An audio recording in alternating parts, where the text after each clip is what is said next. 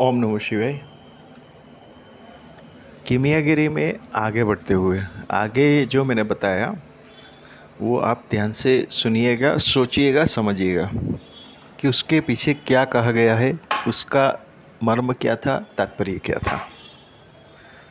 इस बार मैं थोड़ा और आगे बताऊंगा। बेसिक समझिए, ये बेसिक सी बात है जो आपको कोई भी पुस्तक में या अनुभव में नहीं आई होगी, पर ये बहुत अत्यंत ही गंभीर विषय वाली बात है। तो आशा करता हूँ कि आप सब ये सब बातों पे ध्यान देंगे।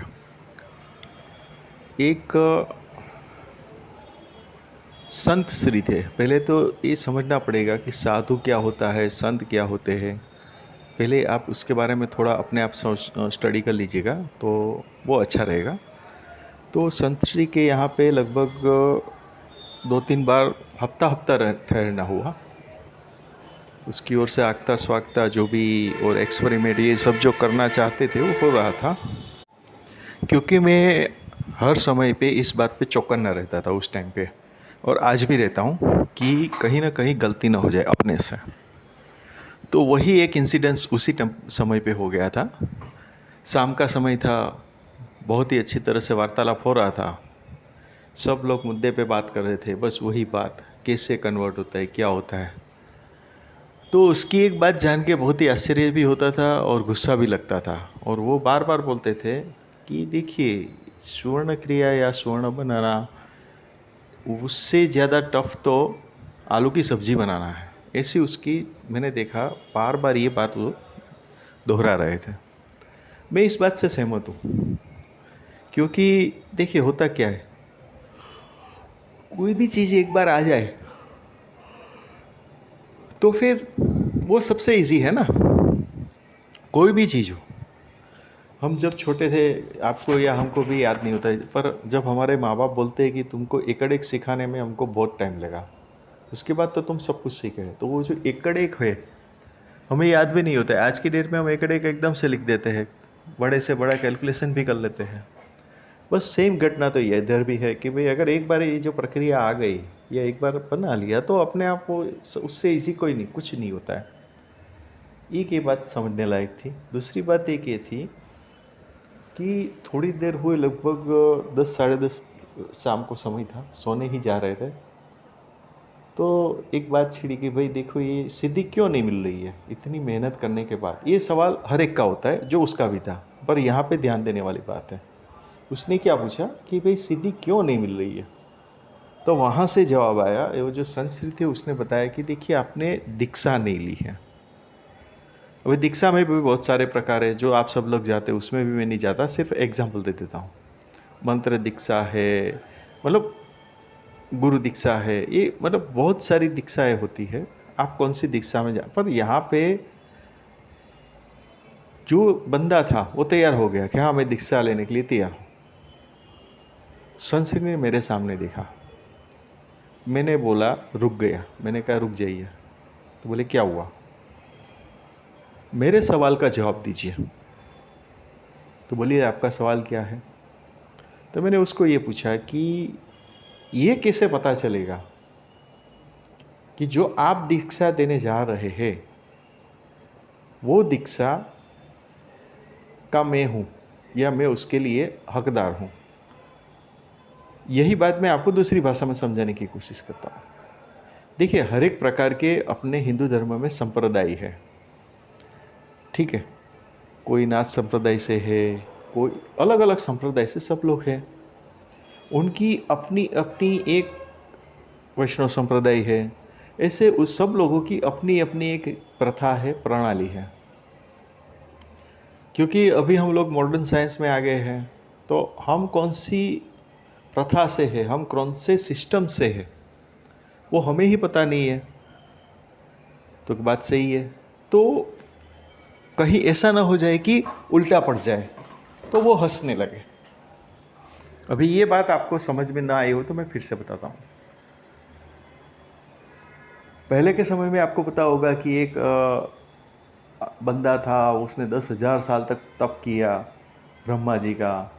फिर ब्रह्मा जी ने बोला कि बेटा, आप जो चाह रहे हो हमसे नहीं, आप विष्णु जी के पास जाओ। फिर उसने 10,000 साल तप किया, तब जाके विष्णु जी प्रसन्न हुए और उसके इच्छित वरदान प्राप्त हुए। आप समझ गए होंगे कि जो चीज़ के लिए जो लायक है, देने के लायक भी और लेने के लायक भी, वो दोनों के बीच में जब तक सेटिस्फैक्शन या क्लैरिफिकेशन नहीं होता, तब तक आँख बंद करके अगर हम उसमें जुड़ भी जाते हैं तो ये हमारा न सिर्फ वेस्टिंग ऑफ टाइम होगा, बल्कि उसके साथ बहुत कुछ हमें नुकसान होने की संभावनाएं है। सब मेरा मानना है। हो सकता है आप अपनी जगह सही हो, पर ये मैं यहाँ पे मेरे विचार आपके सामने रजू करता हूँ। आपने देखा होगा कई बार हमारे जो कीमिया लोग हैं उसमें बहुत ही एक आदत सी है, पता चल जाए थोड़ा भी शक गिरे कि भाई ये थोड़ा बहुत जानता है तो हम लोग उसको प्रभु जी, गुरु जी, ये वो सब बोलने लगते हैं। क्या ज़रूरत है? ये शब्द को आपने कितना छोटा कर दिया है। प्रभु जी, गुरु जी, ये सब शब्द किसी के लिए मुझे याद आ रहा है कि एक हमारे मित्र थे, टेलीफोनिक मित्र हो गए थे। उसने मुझे बार बार बोला था कि देखिए गुरु जी, प्रभु जी बोल रहे थे। मैंने कहा कि देखिए पहले आप ये बात मत करिए, क्योंकि मैं एक संसारिक आदमी हूँ। जो भी नॉलेज अपने पास है वो शेयर करते हैं, इसीलिए शेयर करते हैं ताकि आपका समय का, पैसे की और शरीर की बर्बादी ना हो और आपका इतना टाइम बचे। तो उसके लिए ठीक है, आप जो भी नॉलेज लेते हैं नहीं लेते हो आपके ऊपर है, पर ये प्रभु जी, गुरु जी शब्द एक बहुत ही महत्वपूर्ण होता है। अगर अननोन यानी कि जिसकी औकात न हो, जिसकी कैपेसिटी ना हो, अगर उसको ये बोला जाए तो उसको एक अहम सा आ जाता है और वो अहम की वजह से वो हमें ही नुकसान पहुंचाता है। तो ये सब बातें हैं, ये बहुत ही अगत्य की बात है। अगर आप उसमें ध्यान देते हैं और बाद में ही आप इसके बारे में सोचें कि क्या आप कैपेबल हो। तीसरी बात, जो हर एक शास्त्र में आपको ये जो आगे दो बात बताई वो कहीं पे भी आपको देखने को नहीं मिलेगी, पर तीसरी बात आपको शायद शास्त्र में दिखने को मिले कि कैरेक्टरिस्टिक्स सब बताई जाती है कि ये विद्या किसको मिलती है, किसको प्राप्त करनी चाहिए। क्या ये संभव है? आप अपने आप को पूछिए। जैसे सत्य बोलना, किसी का अहित नहीं करना, किसी का बुरा न करना, न सोचना, ये शास्त्र अपनी जगह सही है, मैं मना नहीं बोलता, पर क्या आज के समय में संभव है? अगर है और आपके ध्यान में कोई है तो हमें बताओ। मुझे कई बार कई जंगलों में भगवान की दया से जाना हुआ है और सरप्राइजिंगली बहुत बड़े बड़े हस्तियों से मिलना भी हुआ है। तो मैं ज़्यादा तो नहीं बताऊंगा। अभी एक ही बार, अभी लगभग 4-6 महीने पहले एक लेडीज़ संत थी, उससे बातचीत हुआ, वार्तालाप हुआ, तो उसके बातचीत में 3-4 बार उसके गुरुजी का नाम आया। तो मैंने बोला आप अपने गुरुजी? हाँ। तो क्या मैंने मेरी पूरी मतलब 40 साल जो मेरे महत्व के जीवन के थे वो मैंने उसकी सेवा में लगा दिए। मैंने कहा चलो अच्छा है। कुछ मिला? तो क्या नहीं।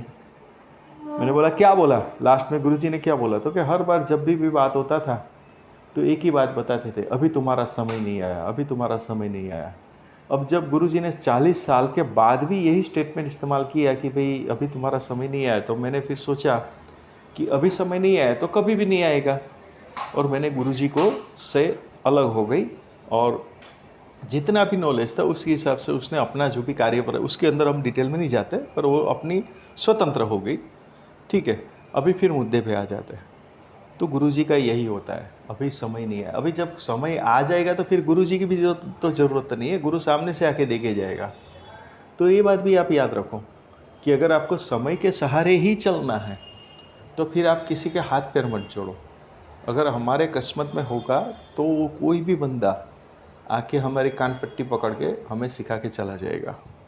ये बात आप एकदम से क्लियर रहो, अगर रेडीमेड चाहिए तो हाँ। फिर ये हुआ कि वो जो साध्वी जी, संत श्री जी लेडीज़ थी, उसको मैंने पूछा कि अगर आपके गुरुजी को मिलना है तो कि हाँ मिल तो सकते हैं, पर वो गाली बहुत बोलते हैं। मैं सरप्राइज़ हो गया। मैंने कहा इस उच्च कक्षा के लोग, देखिए कोई भी चीज़ गलत नहीं है, मैं ये नहीं कहना चाहता कि गाली बोलना बुरी बात है, हम भी बोलते हैं कि देखिए तो भाई साहब की जगह पे भाई साहब, वो बिप बिप की भाषा जिसको समझ में आती है वो बिप बिप की भाषा आपको बोलनी ही पड़ेगी। पर हर एक को बिप बिप की भाषा भी नहीं बोल सकते और भाई साहब भी नहीं बोल सकते। जैसा आदमी वैसा काम, जैसा देश वैसा वेश करना पड़ता है, वो मैं मानता हूँ। पर जबकि उन्होंने बताया कि गुरुजी हर एक को गाली बोलते हैं, तो मैंने कहा देखिए, पहली बात कि मैं तो अब तक के न जाने कितने लोगों को मिला है, किसी ने अभी तक मुझे गाली देने की तो हिम्मत नहीं की है, क्योंकि मैं अपने आचार विचार और मेरा जो प्रभाव है ऐसा ही रखता हूँ कि कोई भी आदमी चाहे तो रिस्पेक्ट दे, अगर न दे, पहली बात कि मजबूर से भी उसको रिस्पेक्ट देना ही पड़ता है। इतना हमने अपना ऑरा बना के रखा है, ठीक है। फिर भी अगर कई बार ऑरा काम नहीं करता है तो वो बदतमीजी तो करेगा ही नहीं, वो मैं लिख के देता हूँ पर्टिकुलर इस टॉपिक पे।